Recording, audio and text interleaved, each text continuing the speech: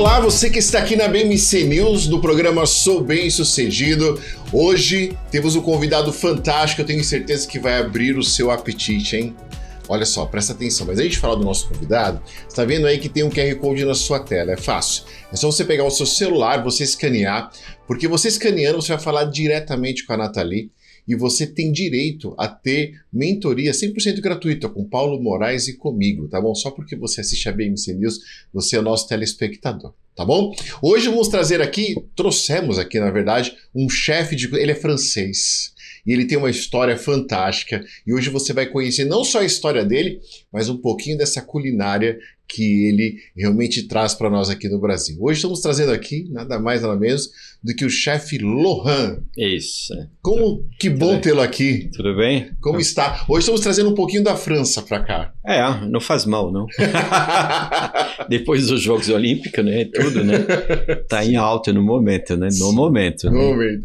Hoje é mais brasileiro ou mais francês, depois de tantos anos aqui? Eu vou te dizer o seguinte, realmente é bem difícil às vezes, viu? Porque eu tenho 43 anos de Brasil. 43 anos. Então cheguei com apenas 23 anos, né? Uhum. Se faz as contas, então. Sim. E realmente não é uma situação muito fácil, eu diria, do ponto de vista de... eu me sinto muito bem no Brasil, claro, como brasileiro. Meus amigos são brasileiros, enfim. Quando chega na França, a minha própria esposa fala, você volta a ser o francês. Então, eu fico naquela, né? Mas eu acho que a mistura das duas culturas é uma coisa muito legal, né? Sim. Não tem a menor dúvida. E como foi essa vinda para o Brasil, chefe? A minha vinda é porque, na verdade, eu trabalhava com um grande chefe na época, né, que era visto como o maior chefe do mundo, né? Uhum. Se ainda a gente pode falar do maior como um todo hoje em dia, ele era o chefe mais de destaque, vamos dizer assim, no redor do mundo, um mundo que não era o mundo de hoje, né, claro, né, vamos deixar isso bem claro. E ele foi o homem que abriu, vamos dizer assim, no mundo inteiro, umas frentes para outros chefes franceses, sempre buscando conhecer um pouco as culturas de cada país. Uhum. E nessa empreitada toda, eu trabalhava com ele lá na França, em Lyon, eu tinha intenção de viajar, já desde pequena. Meu sonho era viajar para o mundo, e ele me ofereceu a possibilidade de ir para os Estados Unidos. Aí teve um contratempo, depois falou, então enquanto você não vai para os Estados Unidos, você vai para o Brasil. Aí eu falei, bom, América do Norte, América do Sul, vamos para as Américas, né? E aí ele tinha um endereço que era o restaurante Saint-Honoré, que ficava na época no último andar do Hotel Méridien, que já não existe mais, quer dizer, o prédio ainda está lá com outra bandeira.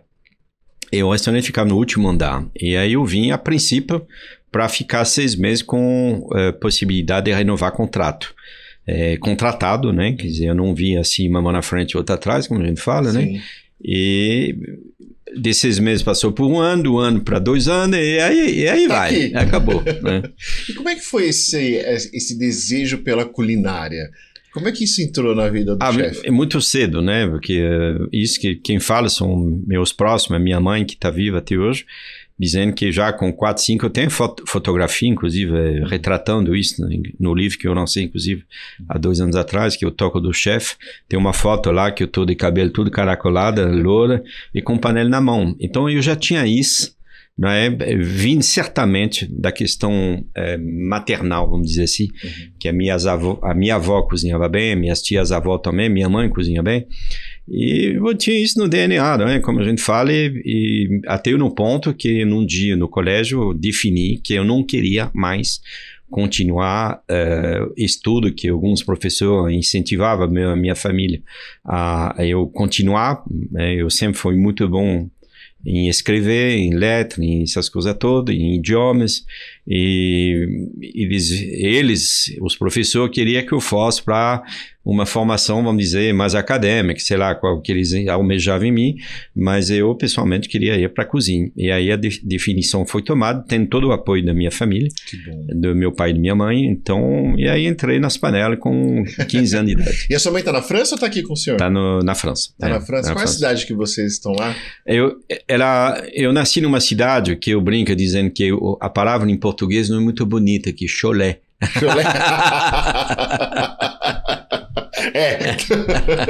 Mas se vai pelo lado do latim, a origem é Coletum, que vem de Campos de Cova, né? Legal. Então, uma cidade que fica no oeste da França, na região Loire, perto da cidade de Nantes, que é mais conhecida, que tem um time de futebol nos Canaries, verde e amarelo, inclusive, que meu tio foi o técnico, inclusive, e fica a 30 quilômetros. Então, uma cidade que, a priori, não é uma cidade muito de destaque, vamos dizer assim, na cozinha, mas uma região tem vinho, tem perto do mar, enfim, essas coisas todas. E aí eu saí de casa com 15 anos de idade. 15 anos de idade.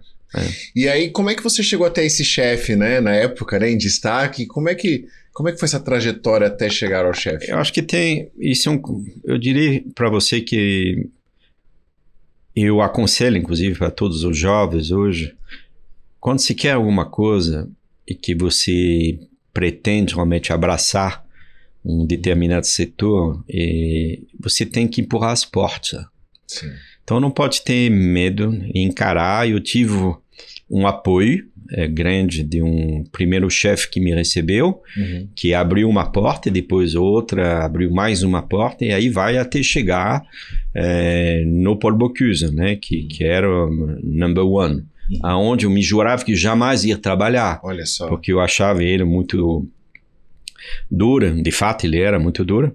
Mas enquanto isso, até chegar na casa dele, eu tinha passado por o Michel Guérard,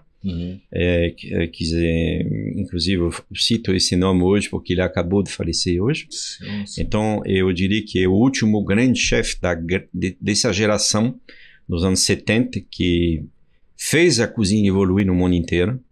Vamos deixar isso bem claro. Sim. Que se hoje no Brasil se fala de uma gastronomia, de uma cozinha, esse grupo de chefes, que era em torno de 12, todos eles muito próximos um do outro, liderado pelo Paul Bocuse,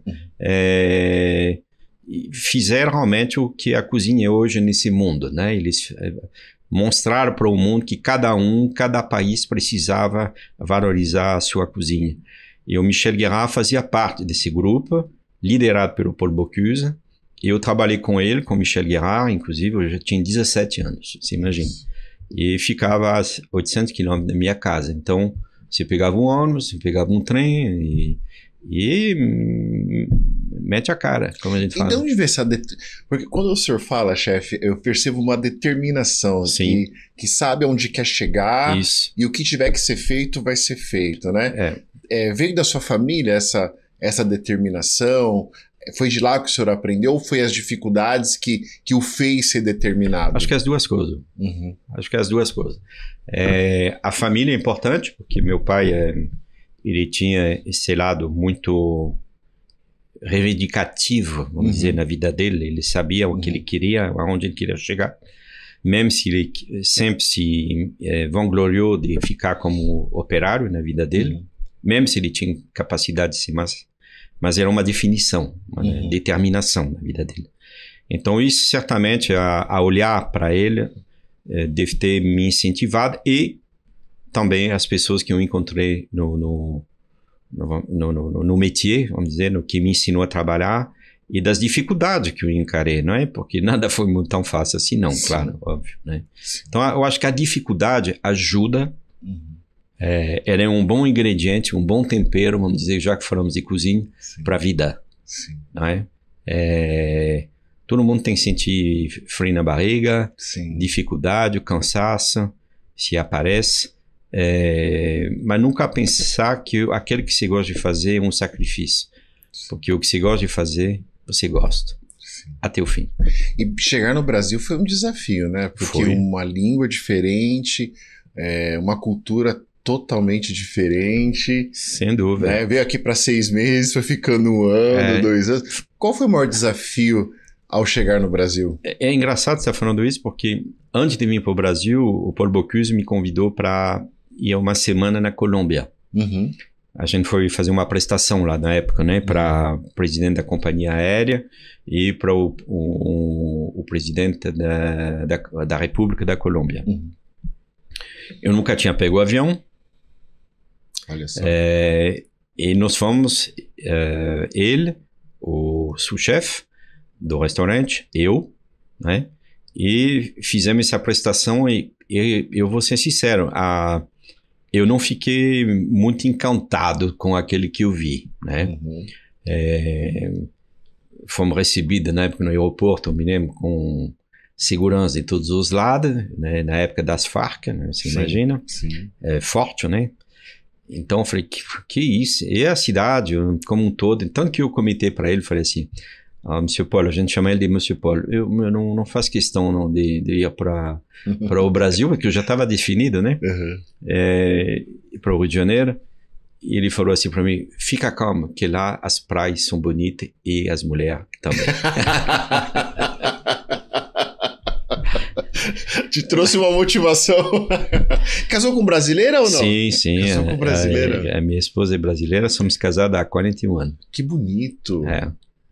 Que bonito. Só que sabia que meus pais se conheceram há muitos anos atrás, há 48 anos atrás. Foram morar juntos há 46 anos atrás. E eles se casaram esse fim de semana. Oh, que legal. Você não acredita? Que coisa. Eu, pessoalmente, a gente se conheceu há 41 anos atrás, a gente morou junto 10 anos. 10 anos. E quando casamos, meus filhos já tinham nascido. Olha só. E minha mãe assinava assim lá no cartório, ela estava assinando, eu não consigo assinar de tão nervosa. Porque é muito bonito a gente ver as famílias longas, que hoje tem se acabado isso. Eu acho que é parceria. Sim. Né? É uma parceria que se constrói e se define dentro dos negócios, obviamente. Sim. E o que é mais importante é que justamente cada um souber do seu lugar. Muito bom colocado. Não é? Acho que em nenhum momento a minha esposa entrou em competição como eu entrei em competição com ela. Sim, são parceiros, né? Nós somos parceiros e com esse ingrediente da paixão entre os dois que tem que continuar, senão não tem jeito, né? É verdade. E quem em casa cozinha, você ou ela? Sempre eu. Olha só. Às vezes ela faz alguma coisa, mas como eu vou criticar muito, ela prefere deixar. Aí você vai criticar, mas então faz você mesmo. É isso. E a esposa é brasileira? Ela é original do Piauí. Do Piauí? Terra boa, eu gosto. Já fui lá muitas vezes. Que cidade que ela é? Campo Maior. Nascido lá, mas veio muito pequenininho para o Rio de Janeiro, né? Ela tinha 4 anos, eu acho. E se conhecemos no próprio hotel, porque ela era funcionária do hotel. Funcionária do hotel. Ela trabalhava no departamento de vendas. Olha. E gerente de venda. E eu, no 37, sabe aquelas histórias do elevador? Que ninguém quer acreditar? Sim. Comigo foi. Foi desse jeito? Então, o senhor também conquistou ela pelo estômago? Também, depois de olhar no elevador. Né? Como é que foi esse olhar? Agora fiquei curioso. Agora.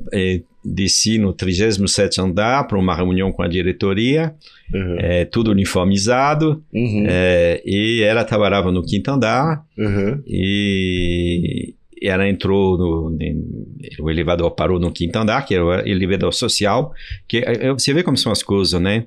Eu tinha que pegar o elevador de serviço, mas ele não estava funcionando bem, enfim, estava sendo usado pelo room service dentro do hotel, aí eu falei, então quer saber de uma coisa? Vou pegar o social. O social parou no 5º, e aí entrou essa beleza. Aí eu fiquei, uau! Falei, que é isso, né? E aí depois procurei saber, né? Aí acabou um dia cozinhando para ela e se foi. Quantos filhos tem, chefe? A minha esposa tem uma filha, o primeiro casamento. Sim. E depois nós temos um casal, então a Janaína e o Gregori. Não foram para a área? Nenhum dos dois. A Janaína é artista de teatro. Que legal. Hoje ela está atuando na Europa, inclusive. Ela vai se apresentar agora numa belíssima peça de teatro que iniciara na Itália, no Teatro La Pergola, em Firenze, que o tema é sobre o Fernando Pessoa. E ela contracena com a Marina Medeiros e mais 5 artistas. Maravilhoso, eu fui lá ver. Assim, imagina, eles atuam e falam em 5 idiomas no palco. Caramba! Né? E eles vão se apresentar agora em destaque, inclusive, no festival, vamos dizer assim, de teatro que tem em Paris a partir do mês de setembro, outubro, agora que vai começar. Então, depois vai para Trieste, enfim, ela fala vários idiomas, ela já fez peça de teatro aqui no Brasil, direcionando, atuando, se destacou, mas é artista. E o filhão, ele é piloto de avião. Piloto de avião? Pilotar fogão não quis. Não quis. Mas a cozinha é uma arte, né, chefe? A gente pode dizer que é uma arte também? Eu acho que é engraçado estar falando isso, porque... eu acho que antes de ser uma arte, eu sempre falo isso para meus alunos na escola, ela tem uma relação com a ciência. Isso não quer dizer que o cozinheiro é científico, é outra história. Porque a reação, os efeitos das causas, né, ela sempre acontece dentro de uma construção de um prato, de uma cozinha elaborada, ou nem elaborado, né? Não precisa ser elaborado para... Eu sempre falo o seguinte, que uma carne de panela é uma cocção numa temperatura controlada, chamada baixa temperatura. As nossas avós que faziam isso no fogão a lenha, no fogão a carvão, não sabia que se chamava temperatura controlada ou a baixa temperatura, mas tinha uma reação que fazia que uma carne de panela, comer ela 2 dias depois de ficar pronto, fica muito melhor que o primeiro dia. Então, você tem reação física, reação química. Então, a partir desse momento, você tem que realmente ter a questão da ciência, que a gente chama em francês de la science appliquée, quer dizer, você tem umas aplicações devido à reação científica que pode acontecer na hora que você vai cozinhar a frio ou a quente. Depois que você assimilar esses conhecimentos profundos, que são justamente os campos de aprendizagem, você pode traduzir teu trabalho de uma forma artística. Aí, ok, podemos dizer que aí se transforma em arte. Mas eu acho que, antes de mais nada, a cozinha tem que ser prazer. Sim. Mas, chefe, você é conhecido hoje no Brasil e no mundo inteiro. Quando foi que você percebeu que o sucesso, né, de tudo não é só o sucesso, mas o reconhecimento foi chegando? Eu concordo com você. Eu prefiro essa palavra do reconhecimento que o sucesso. Sim. Porque o sucesso é uma coisa tão frágil. Você pode subir e cair, não é? Então, como a gente fala em francês, pelos aléas de la vie, né? Que determinam que hoje você é assimilado, amanhã já não é mais. Sim. Por razões e outras, né? Mas o reconhecimento é certamente a coisa mais gostosa que você tem num momento da nossa passagem nesse planeta Terra. Sim. E quando falo reconhecimento, não é só pela clientela, não é só pela questão da mídia, e principalmente para aqueles que você ensinou a trabalhar. O legado. O legado.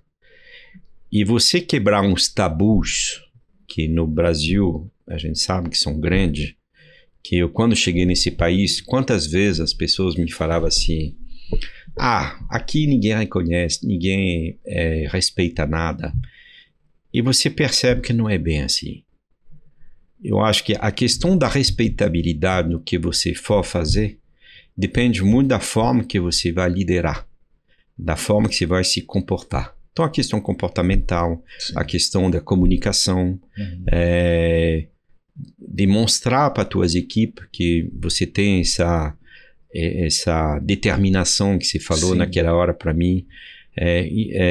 Você tem que contagiar e contagiando, e o que você consegue realmente aproximar esses caras, homens ou mulheres, perto daquele que você quer, que é uma execução buscando a perfeição, mesmo se amanhã eles não estão mais com você, jamais vão esquecer. Sim. E isso é super legal. O que eu recebo de convite, de chefe, se eu vou para uma cidade do Brasil, que eu tenho no meus ex que está morando por lá, se ele souber que eu não avisei ele para... Eles brigam, que eles querem me buscar no aeroporto. Eu acho que isso aí não tem preço, viu? Eu acho que o maior capital é isso. É o poder? Não. É o dinheiro? Não. Eu acho, dizer, bom, eu tentei fazer do melhor.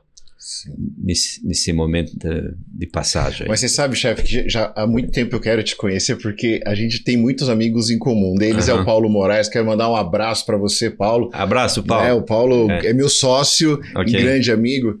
Mas você sabe que de uma forma unânime, todos falam a questão do gênio que o senhor é na cozinha, né? Mas não só como gênio na cozinha, mas como pessoa. Né? Então, uma vez eu vi um relato de quando alguém come um prato que o senhor fez, ali está o gosto do prato, mas ali está, como é que eu vou dizer assim, a sua amizade, o seu carinho, o seu afeto. Ou seja, o chefe Lohan não é só conhecido pelos pratos que faz, mas pela pessoa que é.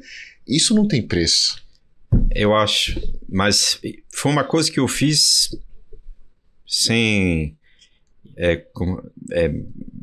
pensar, vamos dizer, como a gente fala. Foi natural. Natural, foi uma coisa que eu acho porque eu me posicionei desde que eu entrei nesse ramo, vamos dizer, nessa profissão, nesse métier, como felizado por poder usar tudo que esse mundo me oferece.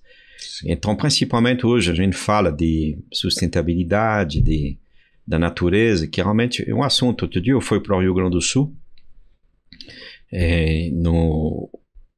numa grande campus universitário, né, que é do Antônio Meneghetti, perto de Santa Maria, impressionante.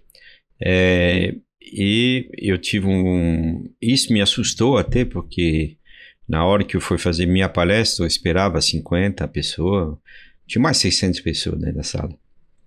E gente que vieram até de ônibus para te ouvir. Óbvio que você tem que olhar o contexto. Você está numa cidade que não é São Paulo, não é onde se tem informação todos os dias, né? Você está num lugar afastado, vamos dizer assim. Então, qualquer pessoa que sai um pouco do comum, as pessoas querem ouvir, conhecer. Mas, do outro lado,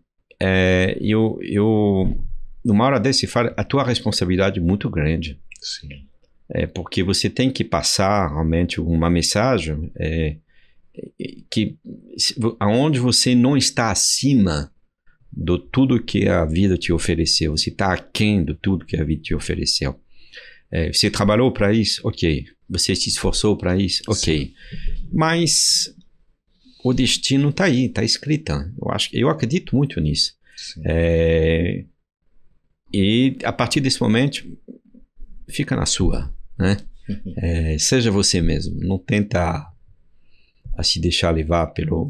É que a gente vive numa época que as pessoas valorizam muito ser um personagem. E hoje a gente sabe que o povo não aceita muito isso. Quer ver a pessoa quem ela é de verdade. Quanto mais natural, melhor. Você tem toda a razão. Eu acho que, inclusive, estamos num momento de grande mudança, né? A grande mudança vai ser para as próximas gerações. Inclusive, eu falei para a turma lá que eles tinham uma responsabilidade muito maior que a minha geração no que estava para vir.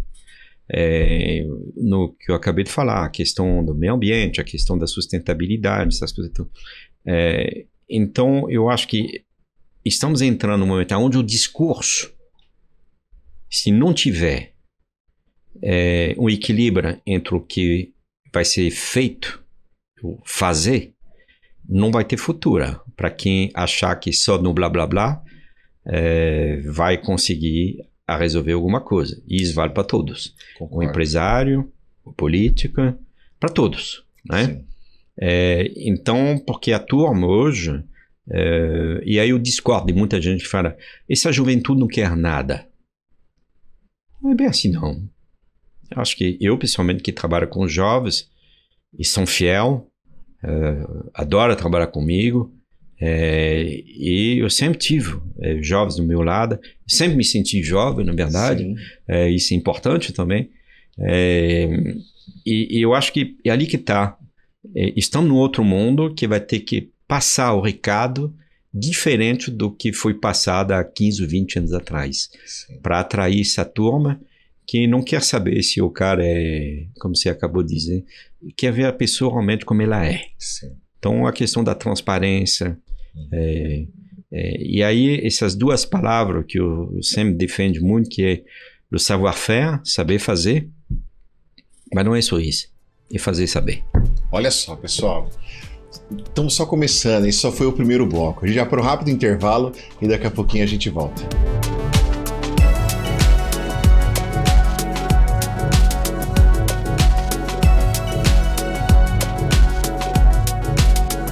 Estamos de volta aqui no programa Sou Bem Sucedido. Estamos aqui hoje entrevistando o chefe Lohan. Esse é o mestre da cozinha, não só francesa, mas também podemos dizer brasileira. Mas, chefe, para começar o segundo bloco já, se você pudesse dar uma dica de um prato rapidinho para alguém que está nos assistindo fazer hoje aqui no domingo, né? Hoje, domingo, agora é 9 horas da manhã. Vamos supor que o pessoal quer pegar alguma coisa de casa rapidinho lá para fazer uma receita diferente para o marido ou para a esposa. Qual é a dica que o senhor dá? Bom, me vem na cabeça agora um prato que foi âncora na minha jornada, vamos dizer, de cozinha, que foi a mousseline de mandioquim com caviar. Óbvio que eu não vou falar para todo mundo botar caviar, porque é muito caro. Mas a mousseline de mandioquim, você põe 250 gramas de purê de mandioquim, cozida na água com sal. Depois que esse purê de mandioquim está cozida, você vai misturar com 250 gramas de leite com noz moscada e 250 gramas de creme de leite, vai deixar ferver até derreter, passar no liquidificador, colocar numa travessa, deixa no forno para se formar uma leve película que vai ressecar, e por cima você vai jogar um camarão picado com tomate, uma coisa assim, é uma delícia. Que delícia! Milena, fica pronta aí que hoje o almoço quem faz sou eu aqui em casa. Hoje sou eu que quero te surpreender. Mas também fora todo esse trabalho que o senhor faz da comida francesa, mas também o senhor recebeu alguns reconhecimentos, ser precursor de muitas coisas aqui no Brasil também. Pois é. Pode contar um pouquinho pra gente? Eu fui visto como dos primeiros que realmente colocou, vamos dizer, à altura os produtos da terra, do Brasil, dentro de uma cozinha sofisticada. Que legal. Eu estava te falando desse mandioquim que eu fiz com caviar. Eu vou fazer em casa, hein? Então, o que eu fiz também, o creme de aipim com maracujá, enfim, essas coisas todas. Eu me lembro que os primeiros clientes que eu ofereci isso, o próprio tucupi que eu usei em 1982, que eu não tinha bons vinagres no Brasil, que eu precisava de acidez. E não foi tão fácil, porque a clientela, que era obviamente a elite carioca, né? Alguns falavam assim, mas quem você mandou fazer cozinha indígena, né? Era muito forte isso aqui, né? Eu falei, uau! E depois eu fui introduzir N produtos, né? E foi evoluindo, né? E obviamente muitos desses caras que trabalhavam comigo perceberam que havia como dar uma continuidade nesse trabalho. E hoje nós temos chefes maravilhosos, assim, né? Muitos deles trabalharam comigo, obviamente.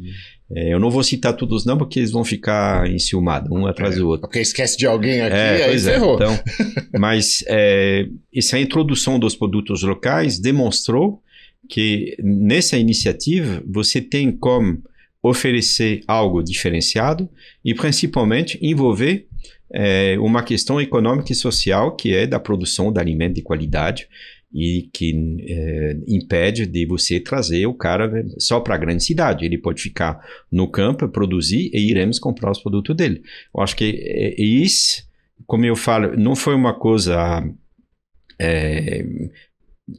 pensado no sentido, vou fazer isso para ficar conhecida. Não, era a reação normal de um jovem cozinheiro pelo aprendizagem que ele tinha recebido num país chamado França, que sempre realmente proporcionou, nessa visão da formação, valorizar os produtos locais. Sim. Então, era normal eu ir atrás de produtos locais para colocar na cozinha que eu tinha que oferecer para a clientela. A gente vê muito no Brasil, né, chefe? É triste isso, não vamos generalizar, mas a gente vê muitos brasileiros, às vezes, não valorizando o que temos aqui no nosso país. Ainda né? é forte. É muito forte. E eu vejo, às vezes, muitas pessoas que sentam aqui, como o senhor francês, americanos, que pega tudo que temos e enxerga com muito mais riqueza do que nós brasileiros. É incrível isso aí, não é?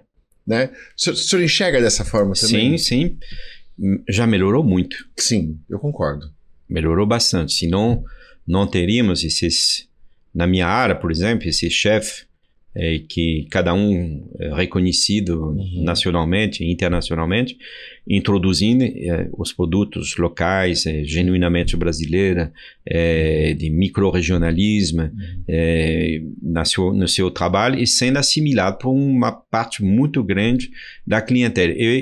Eu sou extremamente otimista em relação a isso, porque hoje você vai eu como consumidor, por exemplo, eu vou num restaurante de um desses chefes, numa proposta um pouco mais comercial, e você vê que está lotada de jovens entre 25 e 40 anos, vamos dizer assim. Então, já está sendo assimilado e vai ser assimilado cada vez mais.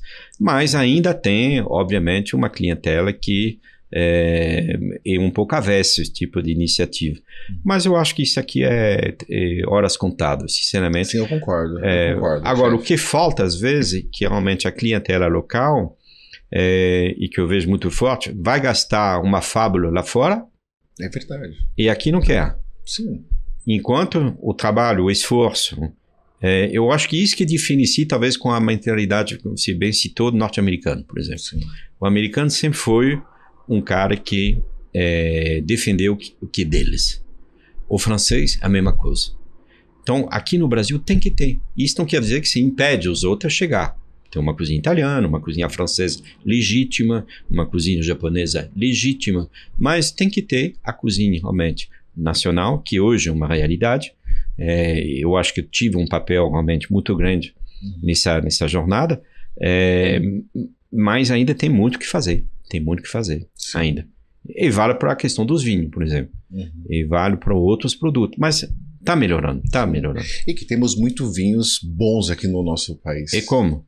Quem diria há 30 anos atrás que teríamos vinho em sul de Minas, embaixo, em Mojimirim, embaixo ali naquela região, que são vinhos Syrah. Hoje mesmo tem um amigo meu que me mandou dizendo que ele tinha feito uma colheita de já vinho branco, rosé e tinto. Ele é um enólogo e biólogo francês, ajudando justamente na questão do plantio e da colheita de uma produção de vinho perto de Minas Gerais.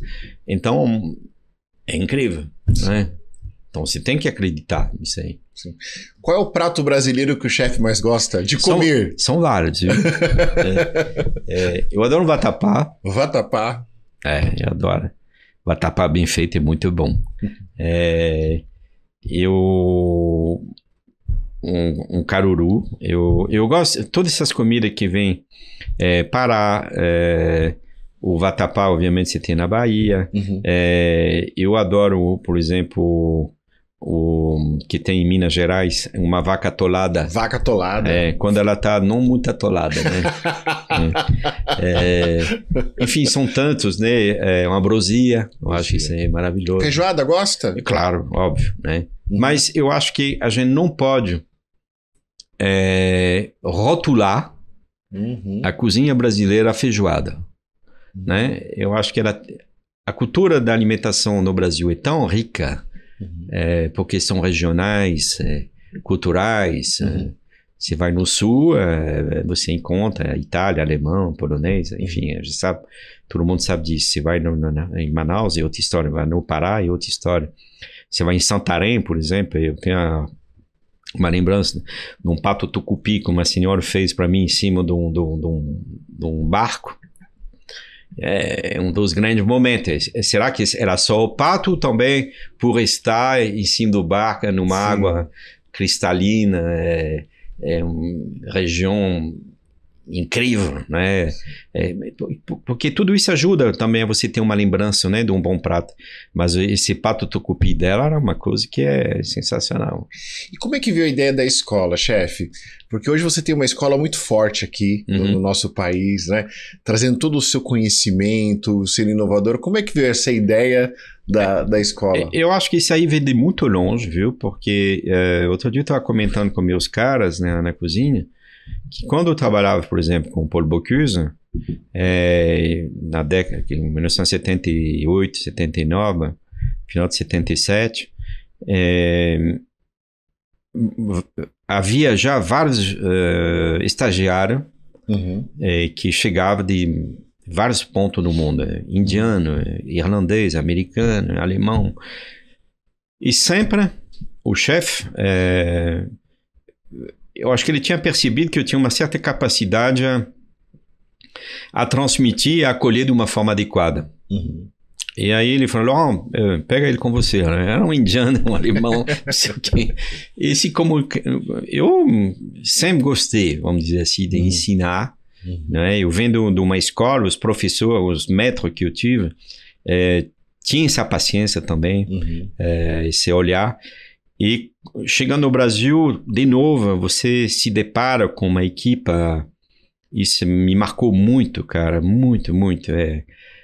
Você tem 23 anos, você tá com os caras na cozinha que tem a idade do teu pai e que são semi-analfabetos pela maioria, e que você consegue a transformar esse restaurante como um dos melhores restaurantes da cadeia Meridian Mundial em espaço de 2 anos, com uma mão de obra braçal, que não era pessoas que tinham estudo em faculdade ou nada disso. Então eu sempre gostei disso. Fiz isso no meu restaurante, tive grande colaborador, grande braço direito. E um dia, como eu sempre fui um cara muito avesso a essa questão de projeção de mídia social, muitas pessoas falaram, não é simpático. Não, eu acho que não é questão de simpatia, é que eu sempre fui um cara muito reservado. Sim. Então, óbvio que quando você é um cara reservado, você transparece o que você é. E se você não tá afim de dar risada para uma pessoa, você não dá, pô. Sim. Então, sabe? Então, não tem esse direito, né? Porra, Hoje eu então, quero rir. Aí tem uns que adoram, à toa. Eu não sou assim. Então, todo esse mundo de chefe do ano, bababá, teve uma hora que me cansou. Eu já tinha iniciado com investimento próprio a minha escola. Eu falei, é isso que eu quero, porque é isso que eu gosto. E aí foi, e a coisa mais linda nisso é que você tem um mestre de aprendizagem, que te fala assim, Laurent, vai nessa linha, faz isso, isso, isso, isso. E aí, quem me ajudou a montar o programa da minha escola é o meu mestre de aprendizagem, aquele que me ensinou a trabalhar. Sim. Então, isso é bonito. E aí você começa a compartilhar, como você falou, o teu conhecimento, com pessoas que não são sempre cozinheiros de mão cheia, mas que por questão de sobrevivência abriu um café, um bistrô, um restaurantezinho, lá no Tocantins, lá na Bahia, lá em Recife, no Pernambuco, ou em Nova Petrópolis, Teresópolis, no Rio Grande do Sul. E você recebe essas pessoas e você passa conhecimento. E o mais gostoso é quando essas pessoas te mandam assim, chefe, obrigado, eu fui de destaque no guia da cidade. Outro dia, por exemplo, tem um aluno nosso que foi na Paraíba, no interior da Paraíba, numa cidade da onde o pai dele tinha nascido, e aí ele voltou lá para questão familiar. E aí viu que tinha um restaurante, aí entrou, adorou a comida, chamou o chefe, era uma moça, e falou, mas aonde você aprendeu? Na cozinha, na escola do chefe Laurent. Ele falou, eu tô bem. Então, isso estamos falando aqui 3.500 quilômetros. Sim, não é? Que legal. É Paris-Moscou, né? Então, esse retorno que você tem do esforço produzido, do qual você ajudou a melhorar localmente uma determinada proposta, isso é sensacional. Sim. Eu gosto. Sim. Chefe, pode ser que tem muita gente nos assistindo agora que gosta de cozinhar, que às vezes tem um sonho de se tornar um chefe, mas não tem o apoio da família, não tem o apoio das pessoas, que às vezes não teve oportunidade de cozinhar. Qualquer pessoa pode se tornar um chefe de cozinha, pode cozinhar, né? Essa pessoa nos assiste e fala assim, poxa, eu não tenho recursos, não recursos financeiros, mas recursos de pessoas para ajudar, mas eu posso me tornar um chefe de cozinha? Eu posso um dia cozinhar bem? Sim, claro. Eu acho que você falou tudo. Antes de ser um chefe, tem que ser um bom cozinheiro. Então, o métier, a profissão é cozinheiro. Chefe é um título, né? Sim. um bom chefe é que sabe cozinhar, para poder ensinar. O chefe é quando você recebe o reconhecimento. Exatamente. E que você tem capacidade de ensinar para os outros. Entendi. Então, para isso, você tem que saber executar. Boa definição. Então, se tornar um cozinheiro, claro, a primeira coisa que para se tornar um bom cozinheiro é gostar de cozinhar. E gostar de comer. Sim. Então, acho que isso são duas coisas. Gosta de comer bem, gosta de comer, tá afim de cozinhar, vai, mete bronca. Que legal. E a escola, chefe? Como é que faz as pessoas para encontrar a escola, né? A escola, então, é a Escola Laurent Ciodo. Tem lá no Instagram, tem o site, que é www.laurent.com.br. Tem o Instagram, que é Escola Laurent Ciodo. Tem o Instituto Laurent e tem o chefe Laurent Ciodo. E tem o telefone, que é 11 3887-0170. Entendi. Então, qualquer pessoa pode se inscrever na escola? Qualquer um pode. E as aulas são presenciais? São presenciais, exatamente. Presenciais. E o legal é que você tem gente de diversos horizontes, né? Eu, por exemplo, há 2 meses atrás, tive um rapaz e me marcou muito. Ele é da Bahia, montou o restaurante pequenina, a esposa é companheira, e hoje eles têm um restaurante na praia, né, em Salvador, com 35 funcionários, se não me engano. Nossa, que legal. E outro que vem perto de Ouro Preto, que falou assim para mim: chefe, eu estou aqui porque faz 4 anos que eu economizo para fazer um curso. E quando acabou o curso, ele falou: todo o dinheiro que eu coloquei, valeu por muito mais do tudo que eu recebi nessa semana. Então, isso é legal. Porque preço, né, o conhecimento tem preço. Isso é importante. O esforço financeiro, às vezes, você não vai ganhar o que você gostaria, você vai ter que investir mais do que você estava pensando. Nada se faz só em 5 segundos numa projeção do Instagram, como alguns estão querendo. Sim. Fazer. E hoje o senhor está morando em São Paulo? Eu moro em São Paulo, claro. São Paulo e França, eu me divido entre os dois, na verdade, tá? Eu estou com 66 anos, 67 agora, o mês que vem, é isso mesmo. E, portanto, a gente começa a pensar, a dizer até onde eu vou, né? E se dividir entre França e Brasil, eu acho que é um privilégio.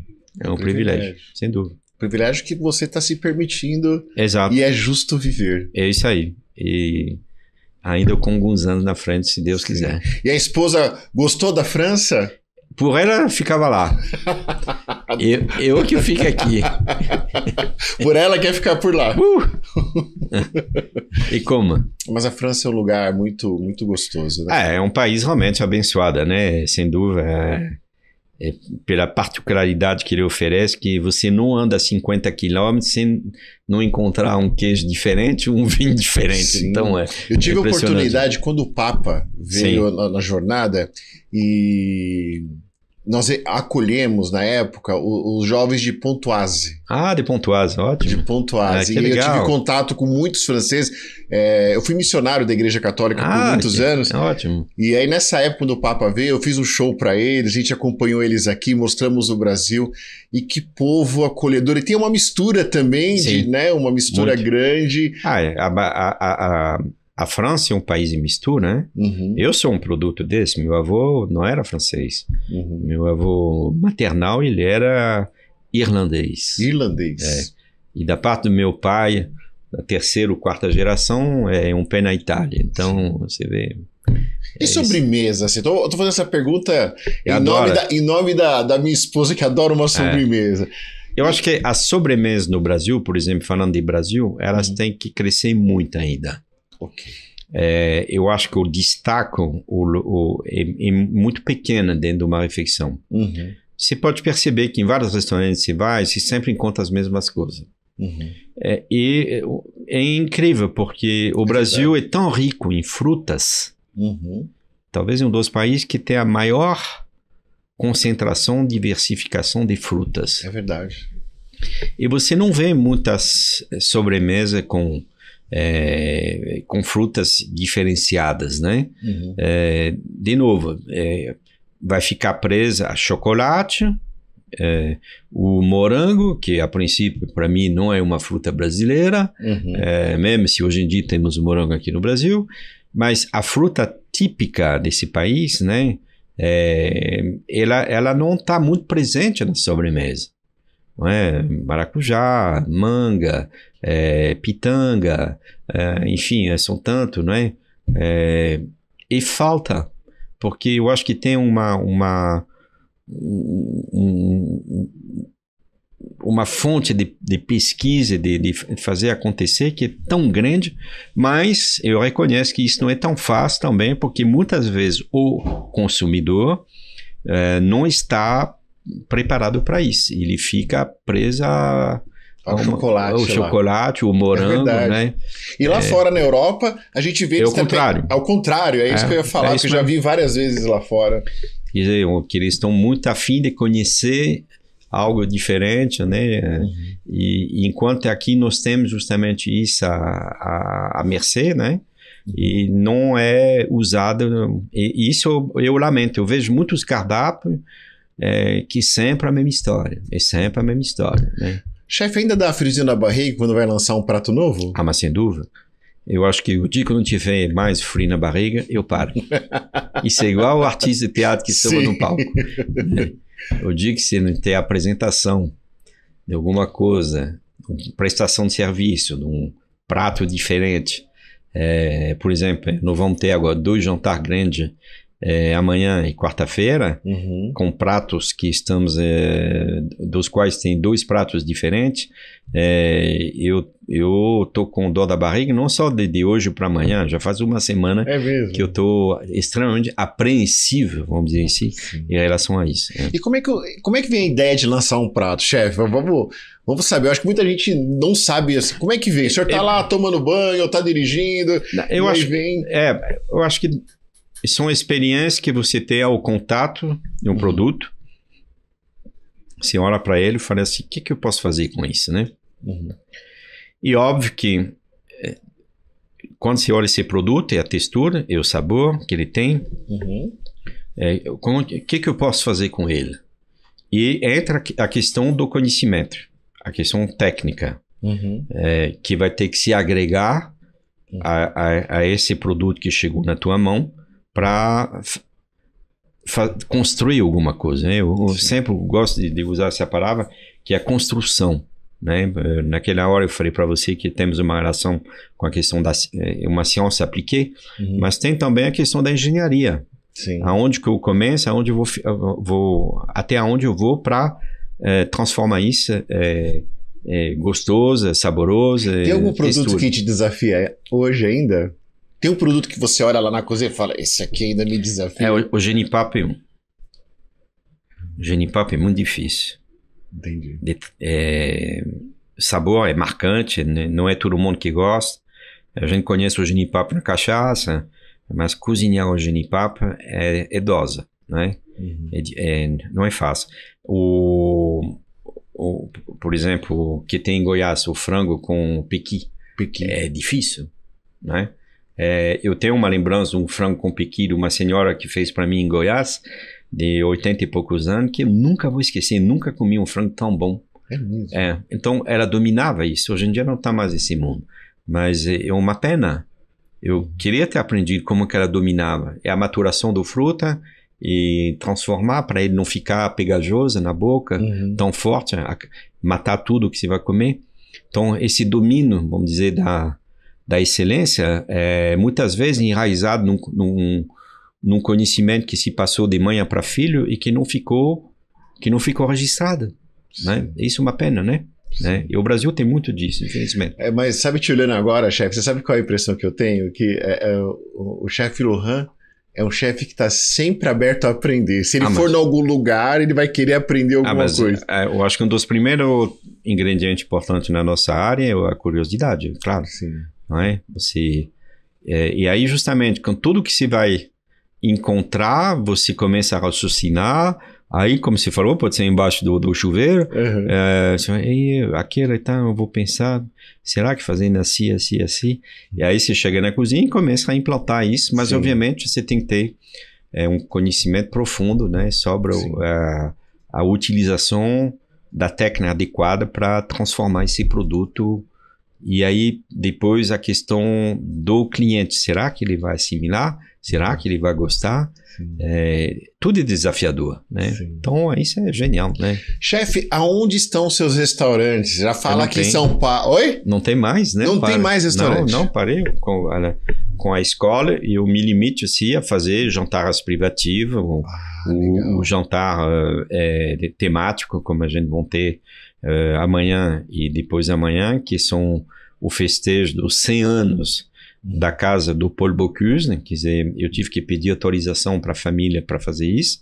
Eles me autorizaram para fazer esse jantar em homenagem ao senhor Paul Bocuse, a casa dele, que foi criada em 1924, não é? Então, e o jantar, justamente, são pratos de lá. Ali não entra a questão do produto local, mas para fazer os pratos de lá, a gente teve que mandar desenvolver um produto de lá feito aqui. Olha só. Então, é um salsichão. Um salsichão, que é o salsichão de Lyon, que é típico de lá, que vai ser servido numa massa brioche. Esse salsichão, ele fica bem rosado e recheado de pistache. Então, só que a gente não pode importar esse salsichão. Então, um pessoal aí, agora me desculpa o nome, eu poderia até falar, me fugiu agora, né? O Hugo, a empresa dele, me fugiu agora, desculpa, viu, Hugo? E que desenvolveu esse salsichão e que já cozinhamos ele de manhã, já provei, impecável. Impecável. Parece que você está em Lyon. Mas olha, chefe Lohan, que simpatia. Obrigado. E olha, eu estava muito ansioso para te conhecer e valeu muito a pena, né? E muito obrigado por vir aqui, trazer seu conhecimento, trazer a tua história, inspirar a cada um de nós.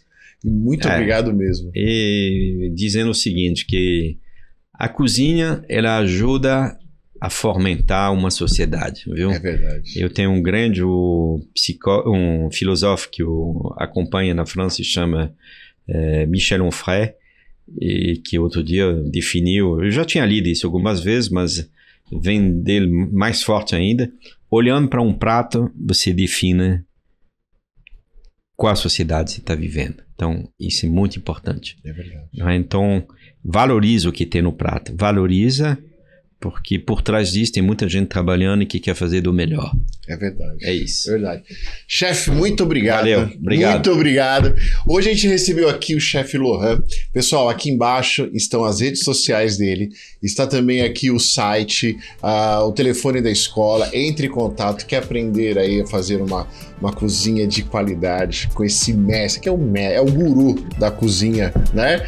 Você aí pode acessar, encontrar ele e seguir ele também nas redes sociais. Tá bom, pessoal? Até semana que vem. Obrigado. Um abraço. Obrigado. Valeu. Tchau.